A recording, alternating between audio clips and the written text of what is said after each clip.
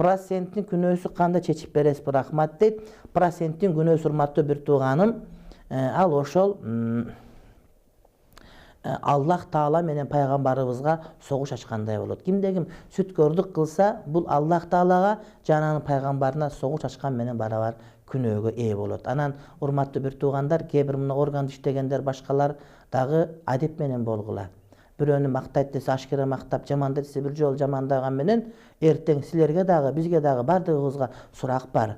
Бирөө айта турган сөздөрүн сүйлөгөндө, арача менин сөздөрүм айтканда кыркып анан ошого жаша монтаж кылып бир жака жамандап бара турган болсок, эртең 2 метрден кездемеден кепин оронуп Кудайдын астына барганда жооп бере турган учур келет. Күн бүгүн менен бүткөн жери жок. Эртең дагы бар, кыямат деген бар. Көптөгөн сөздөр бар. Бетеги кетет, бели калат, бектер кетет, эл калат деген сөз бар, урматтуу бир тууганым.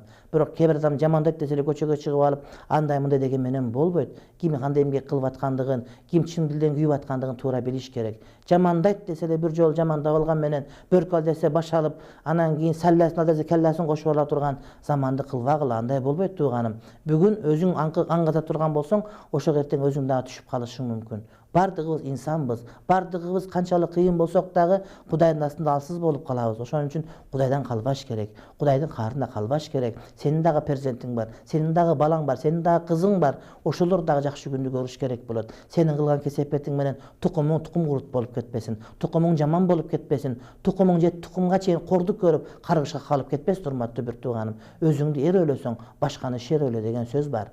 Анан бир жолу жазат десе бир нерсени жазып, жаман десе бир жолу жамандап, чектен чыгып кетпегениң. Ар бир тамгаңа, ар бир сөзүңө жооп бересиң, урматтуу бир тууганым.